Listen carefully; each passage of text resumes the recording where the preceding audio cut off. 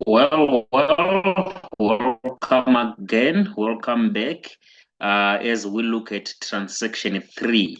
Once again, we are required to determine whether VAT would be payable or refundable to Glamour Private Limited on transaction number 3. So let's read what happened on transaction number 3. Glamour Private Limited acquired a portable sound system. Yes, Glamour Private Limited acquired a portable sound system. They acquired a portable sound system on 30 April 2025, which is last year. They purchased it from a vendor this time around, meaning, yes, they were able to claim it was new. So they purchased it in order to create a pleasant atmosphere for clients while shopping. Is it an entertainment where input tax is denied? According to this note, no. It's not regarded as entertainment. It was purely for the use on making taxable supplies. But we are going on to be told that this system was used 70% for business purposes. And the correct input tax was claimed. Remember, I said you can only claim to the extent that asset was used for taxable supplies. So only 70% of input tax was claimed because the portable sound system was used for 70% taxable supplies. So let's see what happened. But Litaniel, the director, decided on 10 January 2026, during the VAT period, that he would take the sound system to his home permanently to be used wholly for private purposes. Here it's a change in use. So let me say he actually donated that sound system to himself. And the market value of the sound system on 10 February 2026 was 5,000 Rand. And on 15 January 2026, Glamour acquired a new sound system for 6,000 Rand, which is used 100% for business purposes. Once again, let's calculate VAT payable or refundable. So meaning we scrutinize, as I said, an accountant or tax practitioner.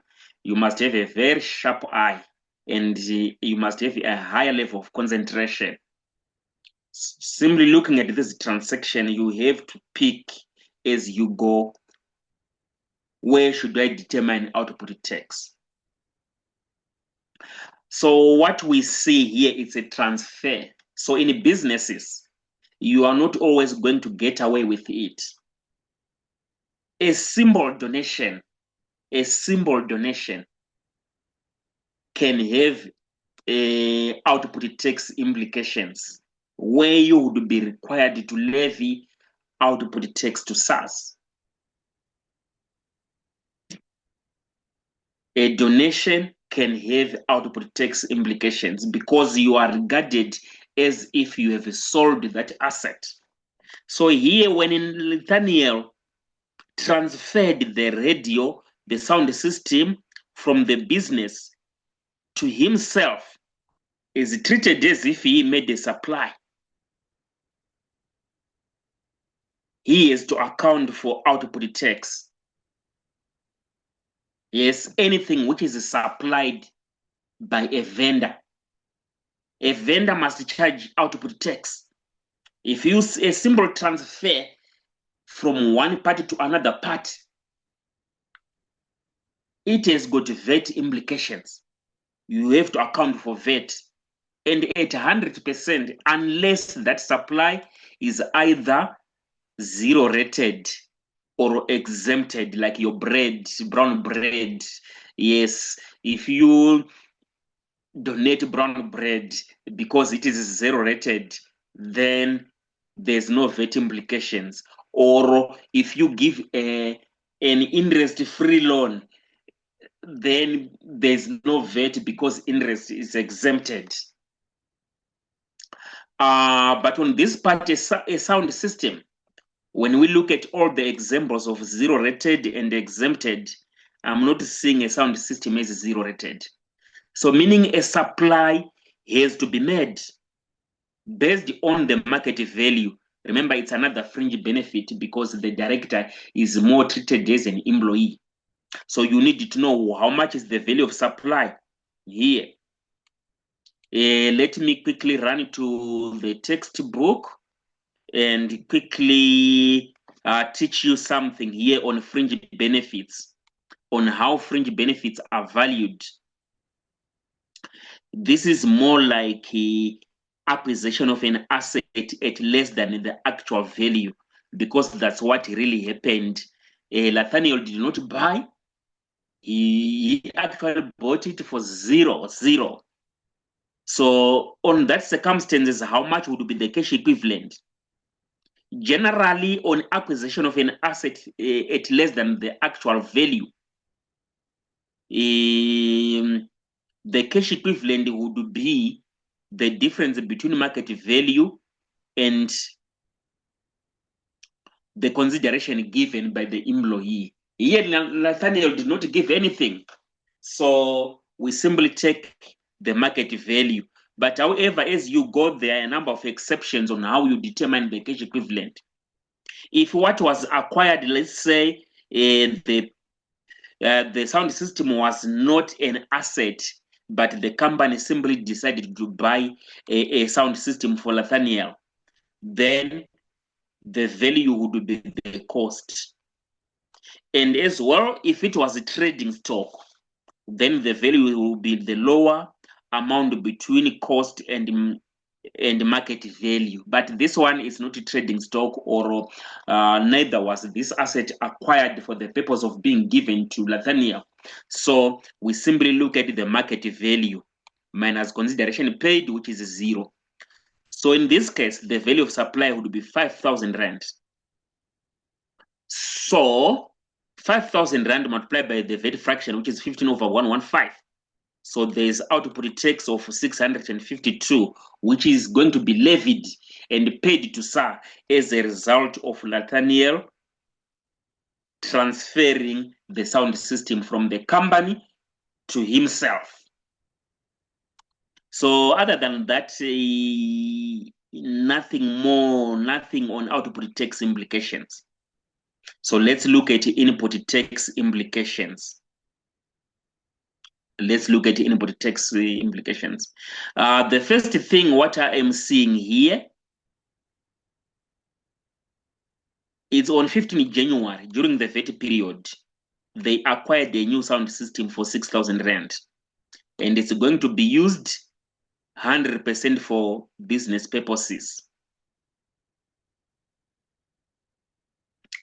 Therefore, input tax has to be claimed 6,000 rand multiplied by 15/115, 782 rand is input tax to be claimed.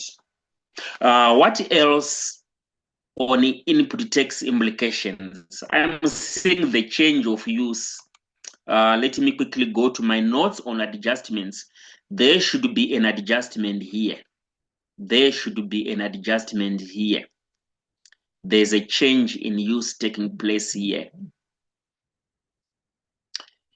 It's more like a decrease, an increase in taxable use. So what I would like to inform you here is, if there is an increase in taxable use of an asset, here our asset was used 70% for making taxable supplies. When it was sold, this deemed sale, it's more like now change because full output tax was levied. So it's treated as an increase, a movement from 70% to 100%. taxable use.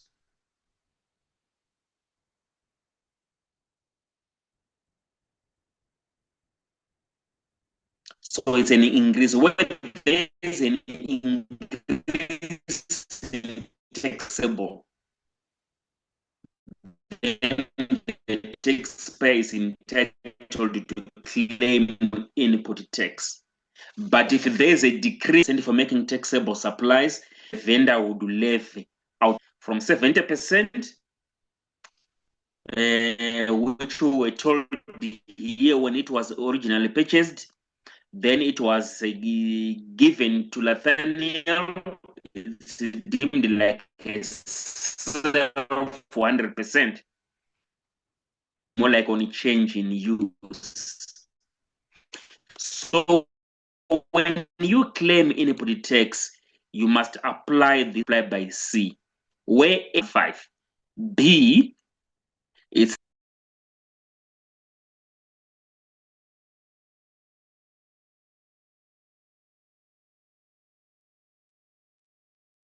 and C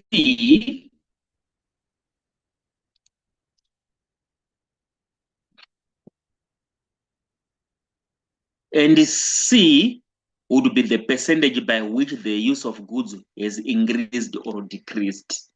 So here, A, the lower of adjusted cost and market value, of which the lower is the cost. Let me say A is the fraction, 15,405. B would be the cost, 4,500 Rand, which is less, which is the lower of between the market value when the change of use took place of 6,000. So we take into account 4,500.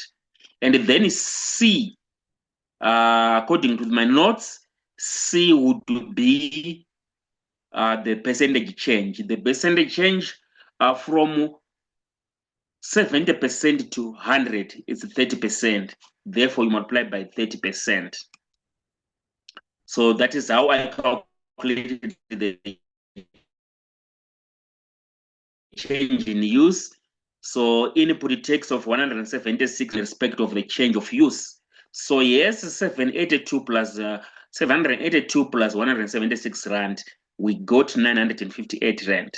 So this is a total input tax claimable on a transaction C.